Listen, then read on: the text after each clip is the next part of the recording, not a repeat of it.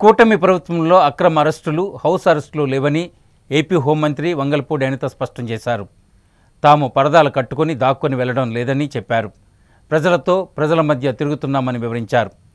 తెనాలి ఘటనలో కులం, మతం ఎందుకు తెస్తున్నారని అనిత ప్రశ్నించారు.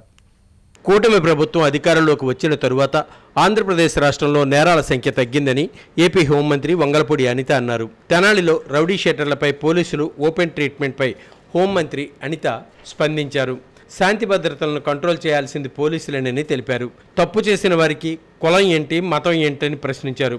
పోలీసులపై దాడి చేసేవారికి కూడా రాజకీయ రంగు పొలమటం ఏంటని నిలదీశారు. గత జగన్ ప్రభుత్వంలో డాక్టర్ సుధాకర్ మాస్క్ అడిగితే రెక్కలు విరిచి కొట్టారని మండిపడ్డారు హోంమంత్రి వంగలపూడి అనిత. గతంలో సీఎం చంద్రబాబు అమరావతికి వెళ్తే రాళ్లు విసిరి భావస్వేచ్ఛ ప్రకటన అని అన్నారని హోంమంత్రి వంగలపూడి అనిత గుర్తు చేశారు. తెలుగుదేశం పార్టీ ఆఫీసుపై దాడి చేస్తే తమ కార్యకర్తలకు బీపీ వచ్చిందని జగన్ అనలేదా అని నిలదీశారు. సజ్జలకు మాట్లాడే అర్హత లేదని ధ్వజమెత్తారు. గత ప్రభుత్వ హయాంలో పోలీస్ శాఖ సీఎం, హోంమంత్రి చేతుల్లో లేదని, సజ్జల కనుసన్నల్లో మాత్రమే గత జగన్ ప్రభుత్వం నడిచిందని ధ్వజమెత్తారు. తాము పోలీసులను చట్టపరంగా పనిచేసే స్వేచ్ఛను ఇచ్చామని చెప్పారు. వైసీపీ నాయకులు సిగ్గు లేకుండా అబద్ధాలు ప్రచారం చేస్తున్నారని హోంమంత్రి వంగలపూడి అనిత తీవ్ర ఆగ్రహం వ్యక్తం చేశారు.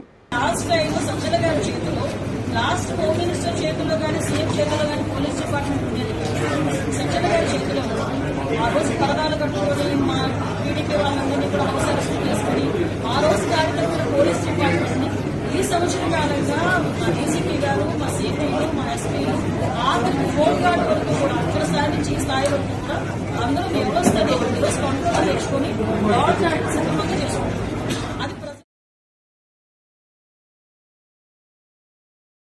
రాజమండ్రి శ్రీ వెంకటేశ్వర ఆనంద్ కళాకేంద్రంలో రామన్ ఫౌండేషన్, శ్రీ సాయిబాబా నాట్యమండలి ఆధ్వర్యంలో జైహో ఛత్రపతి శివాజీ నాటకం ప్రదర్శించారు. శ్రీ వెంకటేశ్వర ఆనంద్ కళాకేంద్రంలో రామన్ ఫౌండేషన్, శ్రీ సాయిబాబా నాట్యమండలి విజయవాడ వారి ఆధ్వర్యంలో జైహో ఛత్రపతి శివాజీ చారిత్రక నాటకం ప్రదర్శించారు. శివాజీ పట్టాభిషక్తుడై 350 ఏళ్లు అయిన సందర్భంగా డాక్టర్ పివిఎన్ కృష్ణ రచనా దర్శకత్వంలో ప్రదర్శించిన ఈ నాటకం academy of CBR sports and education అధినేత చల్సాని బలరామయ్య సహకారంతో 60 మంది కళాకారులతో ప్రదర్శించారు. ఈ నాటకం ఎల్ఈడి స్క్రీన్స్ వంటి అధునాతన హంగులతో ప్రదర్శించారు. భర్త చనిపోతే భార్య కూడా సహగమనం చేయాలనే ఉద్దేశంతో సతీ సహగమనానికి వెళ్తున్న తల్లి జిజియాబాయిని అడ్డుకుని తన రాజ్యంలో సతీ సహగమనాన్ని నిషేధిస్తున్నట్లు శివాజీ ప్రకటించిన ఘట్టం విశేషంగా ఆకట్టుకుంది. శివాజీగా సాయి శంకర్, అఫ్జల్ ఖాన్గా అనంత్ శ్రీకర్, జిజియాబాయిగా రూపసీ తదితరులు తమ నటనతో రక్తి కట్టించారు. తొలుత ఎమ్మెల్సీ సోమ్ వీర్రాజు కార్యక్రమానికి జ్యోతి ప్రజలు చేశారు. అనంతరం ఆయన మాట్లాడుతూ జాతిని బలహీనలను చేసే విధానానికి అడ్డుకట్ట వేయాలన్నారు. అందుకు శివాజీ లాంటి నాటక ప్రదర్శనలు అవసరంగా పేర్కొన్నారు.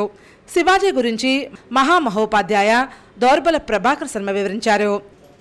ప్రభుత్వాన్ని కాదు, టీడీటీలను గమనిస్తూ ఉన్నాం. మనం కూడా అందులో జీవిస్తూ ఉన్నాం. ప్రతి 5 సంవత్సరాలకి మన యొక్క నిర్ణయాన్ని తెలియజేస్తూ ఉన్నాం. అలాంటి సందర్భాల్లో ఒక్కొక్క సందర్భాల్లో కొన్ని అంశాలు మనం గమనిస్తూ ఉన్నప్పుడు మన స్థితిగతులు ఏ విధంగా ఉన్నాయి, మన కోణాలు ఏ విధంగా ఉన్నాయి. రాష్ట్ర సాంస్కృతిక, పర్యాటక, సినిమాటోగ్రఫీ శాఖ మంత్రి కందులు దుర్గేష్ ఈ కార్యక్రమానికి ముఖ్య అతిథిగా హాజరయ్యారు. టిఎన్వి రమణమూర్తి, తాడో జుహరి, కాశీ విశ్వనాథం, డిహెచ్పి శాస్త్రి తదితరులు కార్యక్రమాన్ని పర్యవేక్షించారు. నాట్యాచార్య పసుమర్తి శ్రీనివాస్ శర్మ, చలసాని బలరామయ్య, జిల్లా బీజేపీ అధ్యక్షుడు పిక్కి నాగేంద్ర, నాట్యాచార్య సప్పా దుర్గాప్రసాద్, డాక్టర్ టివి నారాయణరావు దంపతులు, వాడ్రేవ్ మల్లపరాజు, డివి హనుమంతరావు దంపతులు, అజ్జలపు హరిబాబు, కొంపెల్లి సుబ్బరాయ శాస్త్రి, పరుమి రాధాకృష్ణ, నర్సిపల్లి హారిక, కొత్తపల్లి గీత, కోరగంట సతీష్, పడాల నాగరాజు, యానాపు యేసు తదితరులు ఈ కార్యక్రమంలో పాల్గొన్నారు.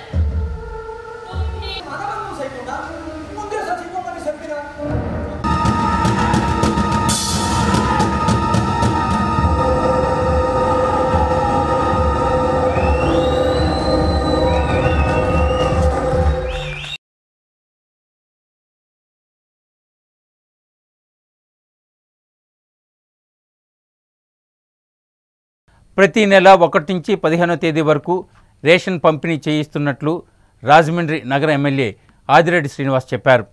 ఇప్పుడు రేషన్ దుకాణాల్లో సర్వరు పనిచేయకపోయినా ప్రజలు ఇబ్బంది పెట్టకుండా వారి ఫోటో తీసుకొని రేషన్ ఇచ్చి పంపిస్తారని, తర్వాత దానికి సంబంధించిన ప్రక్రియ పూర్తి చేస్తారని వివరించారు.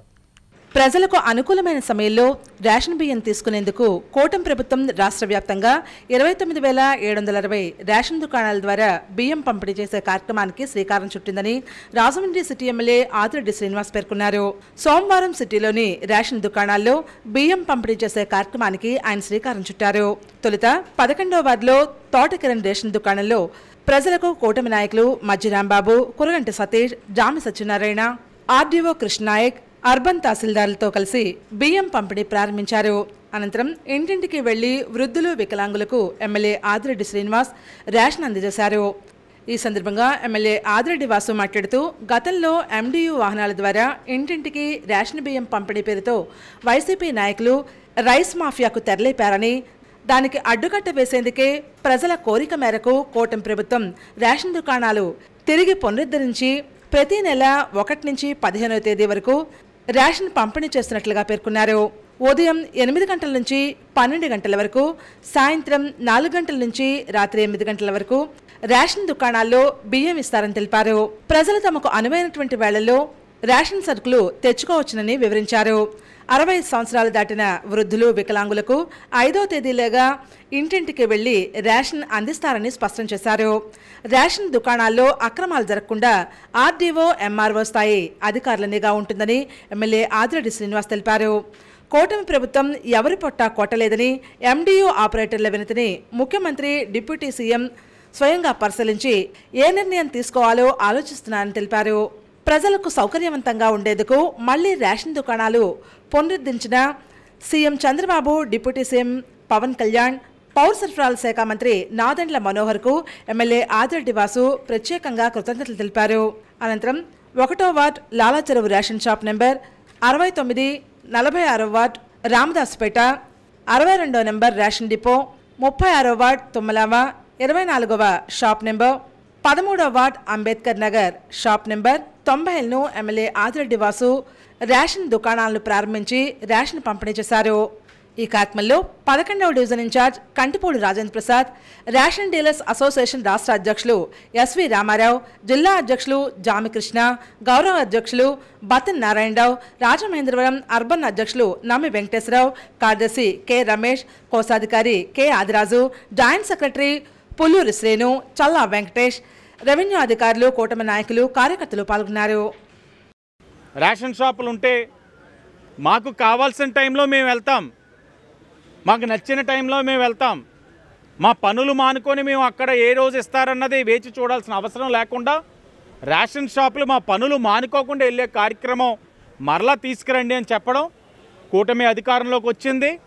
ఇచ్చిన మాట కట్టుబడి ఈ రోజున రేషన్ షాపులు తెరవడం జరుగుతూ ఉంది. రాజమండ్రి సిటీలో కూడా ఈరోజు షాప్స్ తెరుస్తూ ఉన్నాం. ప్రజలు హర్షం వ్యక్తం చేస్తూ ఉన్నారు, ఆనందాన్ని వ్యక్తం చేస్తూ ఉన్నారు. ఉదయం 8 నుంచి 12 వరకు, అలాగే సాయంత్రం 4 నుంచి 8 వరకు, అంటే పనులకి వెళ్ళేవాళ్ళు వాళ్ళు పనులు పూర్తి చేసుకొని వచ్చి తీరిగ్గా ఆ రేషన్ షాప్కి వెళ్ళి వాళ్ళకి కావాల్సిన సరుకులు వాళ్ళు తీసుకుంటారు.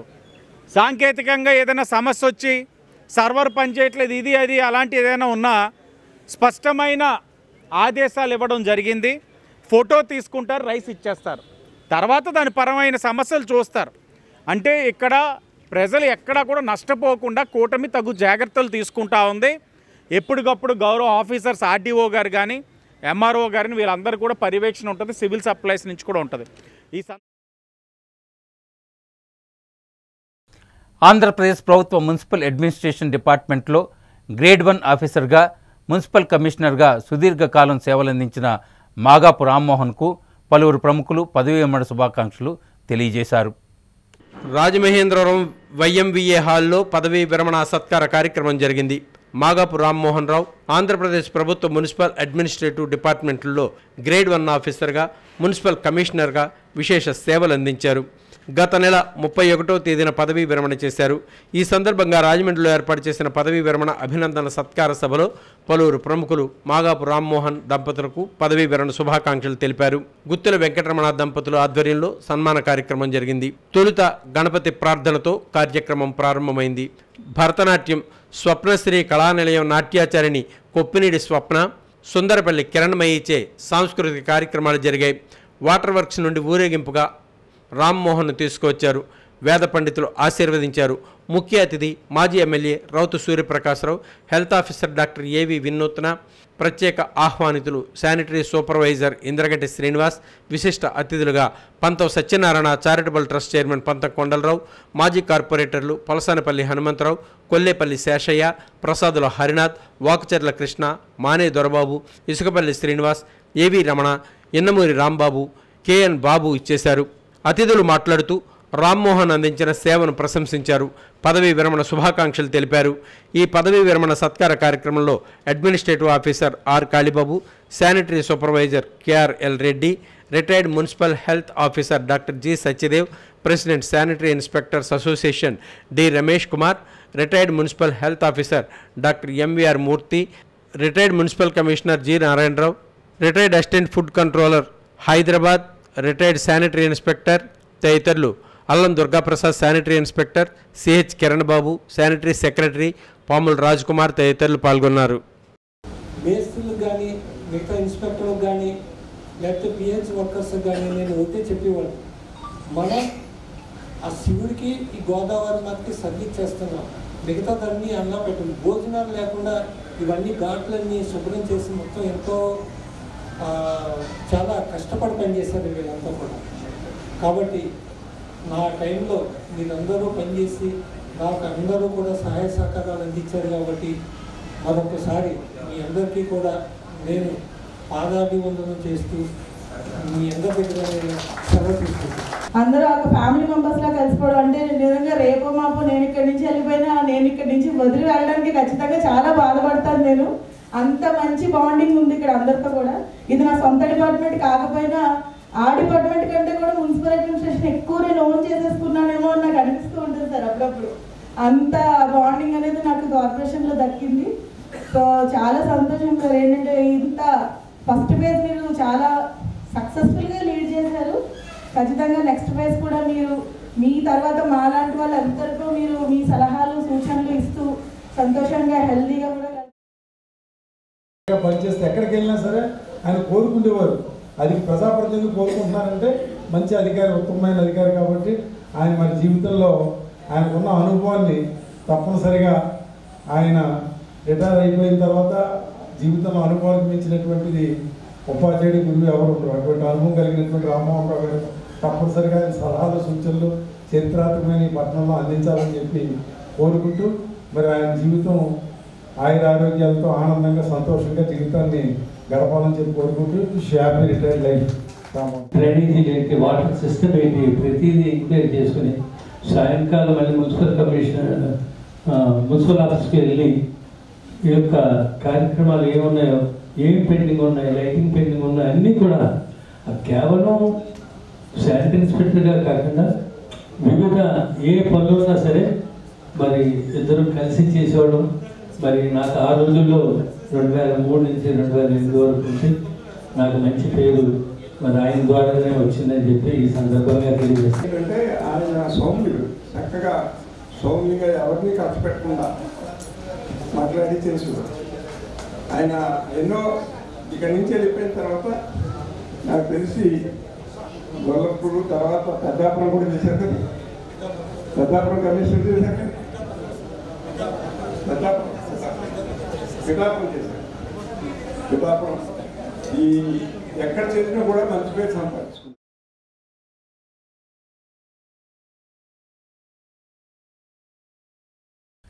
జీవో నెంబర్ 23 తక్షణమే అమలు జరిపి పేదల సొంతింటి కల నెరవేర్చాలని సిపిఐ జిల్లా కార్యదర్శి తాటిపక్క మధు ప్రభుత్వాన్ని డిమాండ్ చేశారు. అర్హులైన ప్రతి ఒక్కరికి ఇళ్ల స్థలాలు ఇవ్వాలని రాష్ట్ర ప్రభుత్వం ఇచ్చిన జీవో నెంబర్ 23ను తక్షణమే అమలు జరిపి పేదల సొంతింటికలు నెరవేర్చాలని, అప్పుడే సుపరిపాలన సంబరాలు జరుపుకోవాలని సిపిఐ జిల్లా కార్యదర్శి తాటిపాక మధు డిమాండ్ చేశారు. రాష్ట్ర ప్రభుత్వం పేదలకు ఇళ్ల స్థలాలు ఇస్తామన్న హామీ అమలు కోరుతూ సిపిఐ రాష్ట్ర సమితి పిలుపు మేరకు సోమవారం స్థానిక జిల్లా కలెక్టరేట్ వద్ద ధర్నా నిర్వహించి 1200 ఇళ్ల స్థలాల వ్యక్తిగత అర్జీలు అందజేశారు. అంతకుముందు ప్రత్యేకమైనటువంటి ప్రదర్శన నిర్వహించారు.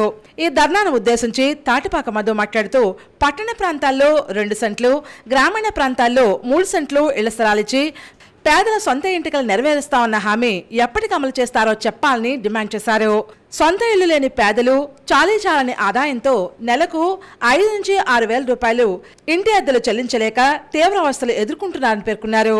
ఇళ్ల స్థలాలు ఇస్తామని జీవో నెంబర్ 23 ఇచ్చిన తర్వాత కూడా దాన్ని ఎందుకు అమలు చేయలేదు, ఎందుకు అధికారులకు ఆదేశాలు ఇవ్వడం లేదని ప్రశ్నించారు. తక్షణమే జీవో అమలుకు ఆదేశాలిచ్చి అర్హులైన పేదలకు ఇళ్ల స్థలాలు ఇవ్వాలని, అలాగే సూపర్ 6 హామీలన్నీ కూడా అమలు చేయాలని మధు డిమాండ్ చేశారు. కూటమి ప్రభుత్వం అధికారం చేపట్టి ఏడాది అవుతోందని ఇప్పటికైనా కాలయాపన లేకుండా తక్షణమే పేదలకు ఇళ్ల స్థలాలు ఇవ్వాలని, ఇంటి నిర్మాణానికి 5 లక్షల రూపాయలు కేటాయించాలన్నారు. రాష్ట్రంలో అర్హులైన పేదలందరికీ స్థలాలు ఇచ్చే వరకు సిపిఐ పోరాటం నిర్వహిస్తుందని స్పష్టం చేశారు. అమ్మఒడి, ఉచిత బస్సు తదితర ఎన్నికల హామీలన్నింటినీ అమలు జరపాలని మధు ఈ సందర్భంగా డిమాండ్ చేశారు. ఈ ధర్నాలో సిపిఐ నగర కార్యదర్శి వి కొండలరావు, సహాయ కార్యదర్శి సప్పారమణ, నగర కార్యవర్గ సభ్యులు P Lavanya, T Nageswararao, P Trimurthulu, K Srinivas, municipal నాయకులు రెడ్డి రమణ, అల్లం వెంకటేశ్వరరావు, దుర్గమ్మ, జట్ల సంఘ నాయకులు అప్పల్ నాయుడు, దేవుడు బాబు వెంకట్రావు, బాలకృష్ణ తదితరులు కార్యక్రమానికి నాయకత్వం వహించారు. వాడు ఏం చేసుకోవాడు? మున్సిపాలిటీ గత 60 ఏళ్ళగా మాకు సాంప్రదాయం ఉంది కదా. ఏంటి సాంప్రదాయం? 60 ఏళ్ళు ఇండియా మాకు అందరికీ వారసత్వ సాంప్రదాయ ప్రకారంగా మా కొడుకులకి, మా కూతుళ్ళకో, మా ఎవరోళ్ళకి ఉద్యోగం ఇవ్వాలి. ఇదే కదా మా వృత్తి. పవన్ కళ్యాణ్ గారు, లోకేష్ గారు, చంద్రబాబు నాయుడు గారు, మాకు వేరే వృత్తి ఉంది.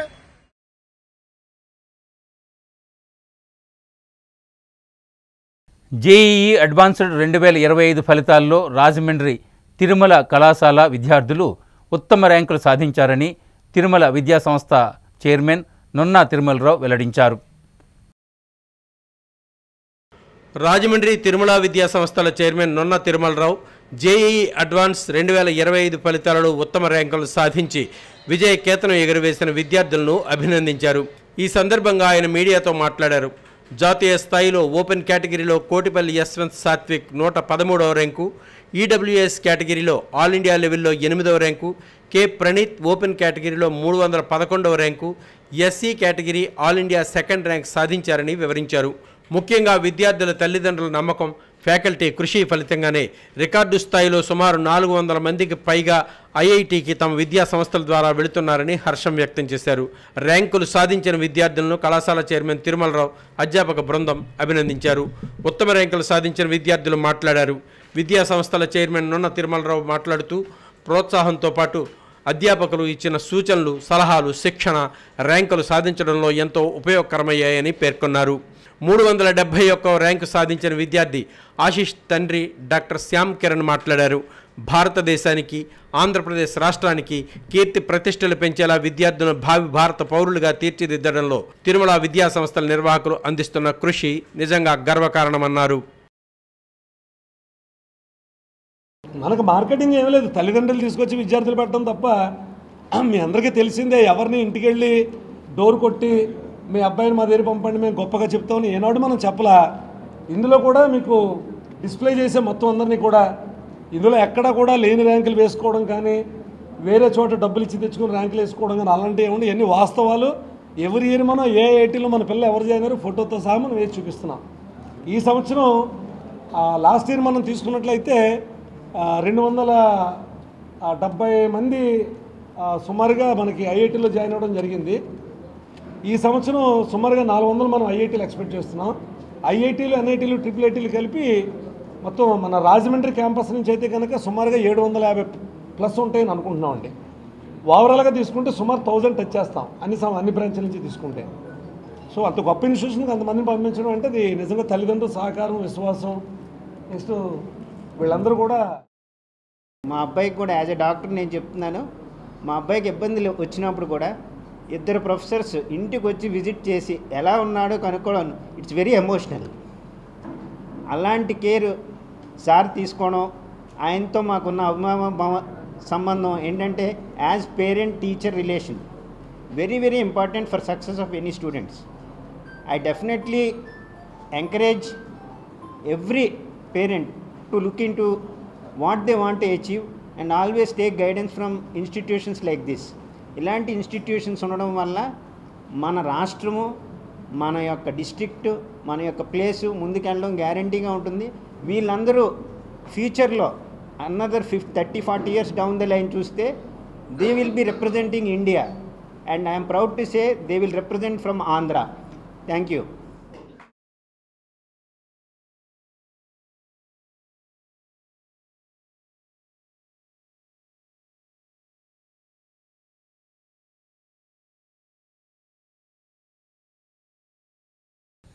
రాజమండ్రి, నెహ్రూ నగర్, రాజేంద్ర నగర్లలో నూతన రేషన్ షాపులను రాష్ట్ర సెట్టిబలిజీ కార్పొరేషన్ చైర్మన్ కుడుపూడి సత్యబాబు ప్రారంభించారు. రాజమహేంద్రవరం, నెహ్రూ నగర్, రాజేంద్ర నగర్లో కూటమి ప్రభుత్వం ఆదేశానుసారం నూతనంగా 3వ మరియు 4వ వార్డుల్లో ఏర్పాటు చేసిన రేషన్ షాపులను రాష్ట్ర సెట్టిబలిజా కార్పొరేషన్ చైర్మన్ కుడుపూడి సత్యబాబు ప్రారంభించారు. ఈ కార్యక్రమంలో బొమ్మనమైన శ్రీనివాస్, జక్కంపొడి అర్జున్, రేషన్ షాపుల డీలర్లు కరగాని చైతన్య, దాసరి కృష్ణమోహన్, నాగమణి, శ్రీదేవి, సాయిలక్ష్మి, సరోజిని తదితరులు పాల్గొన్నారు. ఆడవాళ్ళు చాలామంది రోడ్డు మీద ఈ వ్యాన్ ఎప్పుడు వస్తుందో ఒకసారి వచ్చేది, ఒకసారి ఆ టైంకి నుంచుని చాలా ఇబ్బందులు పడేవారు. ఇప్పుడు ఆ ఇబ్బంది లేదు.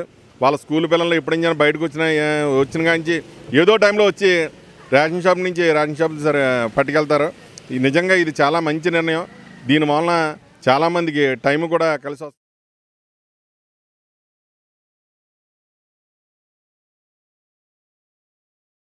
సమాజంలో ఏ వర్గం ప్రజలు సంతోషంగా లేరని మాజీ ఎంపీ మార్గాని భరత్రాం అన్నారు. ఏపీలో రెడ్ బుక్ రాజ్యాంగానికి నిరసనంగా మారిందని, నడి రోడ్డుపై యువకులకు 3rd డిగ్రీ ప్రయోగించడం ఏమిటని మాజీ ఎంపీ వైఎస్ఆర్సీపీ రాష్ట్ర అధికార ప్రతినిధి మార్గాని భరత్రాం వ్యాఖ్యానించారు. ఇది రెడ్ బుక్కా బ్లడ్ బుక్కా అని జాతీయ మీడియాలో ఏపీ గురించి అడుగుతున్నారని ఆయన ఆక్షేపించారు. శిక్షించడానికి న్యాయస్థానాలు ఉండగా పోలీసులు ఇలా వ్యవహరిస్తే ఇక ప్రజాస్వామ్యం ఉన్నట్టా లేనట్టా అంటూ సూటిగా ప్రశ్నించారు. జూన్ 4వ తేదీన జరగబోయే వెన్నుపోటు దినోత్సవ పోస్టర్ను స్థానిక VLPuram Margani estates YSR Congress party city కార్యాలయంలో సోమవారం ఆయన ఆవిష్కరించారు. ఈ సందర్భంగా భారత్ విలేకరుల సమావేశంలో మాట్లాడుతూ తెనాల్లో యువకులపై విచక్షణారహితంగా లాఠీలతో కొట్టిన ఘటన మరొక ముందే అదే తెనాల్లో ఒక గోల్డ్ స్మిత్ని కూడా వేధించడం వల్ల ఆ వేధింపులు అతడు తట్టుకోలేక ఆత్మహత్య చేసుకున్నాడని ఆవేదన చెందారు. అసలు రాష్ట్రంలో జరుగుతున్న తీరు దారుణంగా ఉందన్నారు. పోలీసులు చట్టాన్ని తమ చేతుల్లోకి తీసుకోవడం ఏమిటని భరత్ నిలదీశారు. ప్రతివారు చట్టాన్ని తమ చేతుల్లోకి తీసుకుంటే ఇక కోర్టులు ఎందుకన్నారు. నిజంగా తప్పు చేస్తే కోర్టులో నిరూపించి అవసరమైతే ఉరిశిక్ష వేయండి, అంతేకాని ఇలా రోడ్డు మీద చిత్రవద చేయడం ఏమిటని ఆయన ప్రశ్నించారు. ఎండియు ఆపరేటర్లతో చేసుకున్న ఒప్పందం ఇంకా 2 ఏళ్లు ఉన్నప్పటికీ దాన్ని రద్దు చేసి సరుకులకు రేషన్ షాపుల దగ్గరకు రమ్మనడం శోచనీయమని భరత్ విమర్శించారు. రేషన్ షాపుల దగ్గర క్యూ కట్టాల్సిన దుస్థితి కల్పించడం ఎంతవరకు సమంజసమని భరత్ సూటిగా ప్రశ్నించారు. రేషన్ షాపుల దగ్గరకు వచ్చి ప్రజలు ఏ విధంగా ఎక్కట్ల గురవుతున్నారో ఒకసారి గమనించాలని క్లిప్పింగ్స్ను భరత్ ప్రదర్శించారు. పెద్ద పెద్ద క్యూ లైన్లు, గాలి ఆడక విసురుకోవడం, ఎండలో నిలబడడం వంటి ఘటనలు చూస్తున్నామన్నారు. ముందు ముందు ఇంకా ఎలాంటి ఇబ్బందులు పడతారని పేర్కొన్నారు. ఇప్పటికే కరోనా కేసులు చూస్తున్నామని, ఇంకా కేసులు పెరిగితే ఎలాంటి పరిస్థితులు నెలకొంటాయో ఒకసారి గమనించాలన్నారు. రాజమండ్రిలో పర్మిట్ లేని మద్యం రూములన్నీ మూసివేయించాలని ఎక్సైజ్ అధికారులను భరత్ ఈ సందర్భంగా డిమాండ్ చేశారు. లేకుంటే తామే వెళ్లి బంద్ చేయిస్తామని ఆయన హెచ్చరించారు.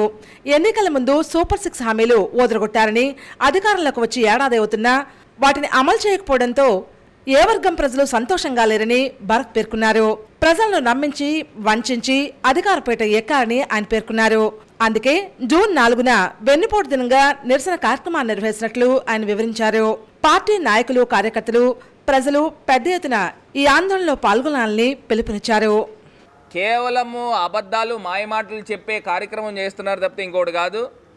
4వ తారీఖున రాజమండ్రిలో పెద్ద ఎత్తున వైఎస్ఆర్సీపీ శ్రేణులతో పాటు ప్రజలను కూడా కలుపుకొని మమేకం చేసుకొని 4వ తారీఖున ఏదైతే ప్రభుత్వము మాయమాటలు చెప్పి అధికారంలోకి వచ్చారో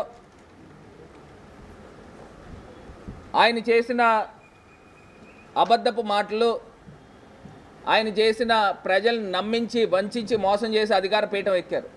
అధికార పీఠం ఎక్కిన తర్వాత వాళ్ళ తెలుగుదేశం ప్రభుత్వం రెడ్ బుక్ రాజ్యాంగం నడుపుతూ అరాచకాలు, మోసాలు, అన్యాయాలపై గలమెత్తుతూ 4వ తారీఖున పెద్ద ఎత్తున వేల సంఖ్యలో సబ్ కలెక్టర్ ఆఫీస్కు వెళ్ళి మేము అక్కడ నిరసన తెలిపే కార్యక్రమం చేపట్టబోతున్నాం.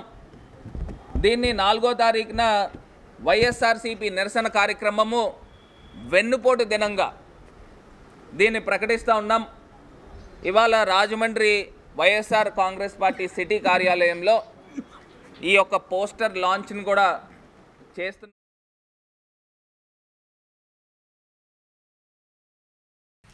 రాజమండ్రి ఆల్కాడ్ గార్డెన్స్ శ్రీ సత్యసాయి మందిరంలో జిల్లా పదాధికారుల సమావేశం నిర్వహించారు.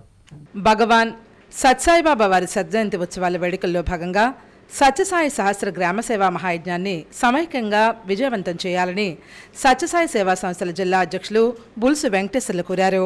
రాజమహేంద్రవరం ఆల్కాడ్ గార్డెన్స్ సత్యసాయి మందిరంలో జరిగిన జిల్లా పదాధికారుల సమావేశంలో ఆయన అధ్యక్షత వహించి మాట్లాడారు.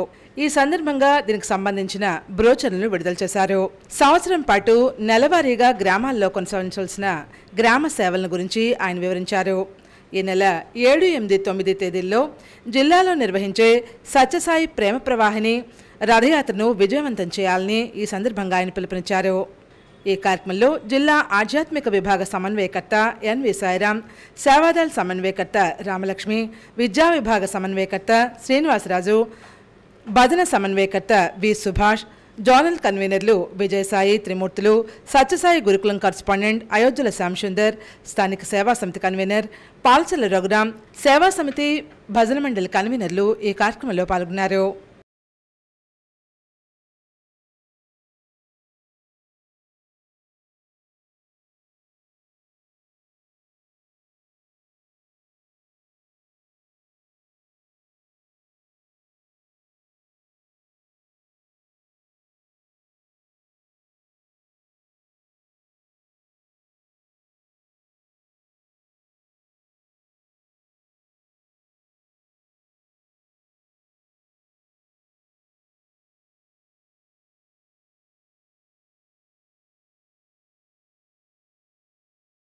తెనాలి ఘటనలో ఉన్నతాధికారులను వెంటనే సస్పెండ్ చేయాలని మాజీ MP GV Harsh Kumar demand చేశారు.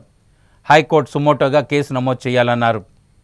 రాష్ట్రంలో శాంతి భద్రతలను కాపాడాల్సిన పోలీసులు చట్టాన్ని తమ చేతుల్లోకి తీసుకుని దారుణంగా ప్రవర్తిస్తున్నారని మాజీ ఎంపీ జీవీ హర్ష్ కుమార్ మండిపడ్డారు.